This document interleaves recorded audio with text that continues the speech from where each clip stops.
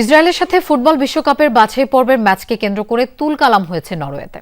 ফিলিস্তিনে গণহত্যাকারী ইসরায়েলকে ফুটবল বিশ্বকাপ থেকে বাদ দেওয়ার দাবিতে রাস্তায় নামে হাজার হাজার মানুষ।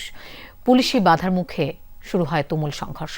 বাইরে বিক্ষোভের পাশাপাশি মাঠেও নরওয়ের কাছে বিধ্বস্ত হয়েছে ইসরায়েল, খেয়েছে পাঁচটি গোল। বাংলাদেশের প্রথম ইমিউনিটি বুস্টার সমৃদ্ধ ফ্যান্টাস্টিক হ্যাপি এনার্জি বিস্কিট। নরওয়ের রাজপথ জুড়ে ইসরায়েল বিরোধী বিক্ষোভ। ফুটবল বিশ্বকাপ বাছাই পর্বের প্রস্তুতি ম্যাচে ইসরায়েলের অংশগ্রহণকে কেন্দ্র করে এই প্রতিবাদের ঢেউ। ফিলিস্তিনের পতাকা ও মশাল হাতে মিছিলে নামে হাজারো মানুষ। এ সময় অনেকের পরনে ছিল ফিলিস্তিনের জাতীয় দলের জার্সি। বিক্ষোভকারীদের দাবি, ফুটবল বিশ্বকাপ খেলার অধিকার নেই তেল আবিবের। ফুটবলের নিয়ন্ত্রণ সংস্থা ফিফা এবং উয়েফা থেকে ইসরায়েলকে নিষিদ্ধের দাবি জানিয়েছে তারা।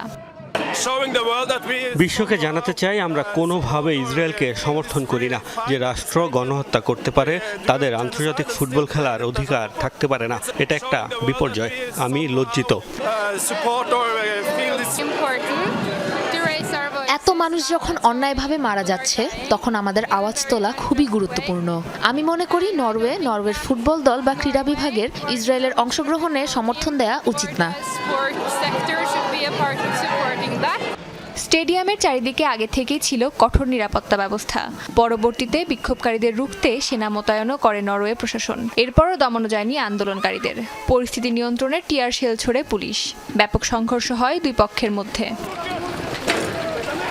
বাইরে তো জনতার তোপের মুখে পড়েছেই, খেলার মাঠেও 5 গোল খেয়ে ধরাশায়ী হয়েছে ইসরায়েল। এবারই প্রথম নয়, ইসরায়েলের অংশগ্রহণ ঘিরে গত 2 বছর ধরে একাধিকবার জনরোষ সহিংসতা ছড়িয়েছে বিভিন্ন দেশে।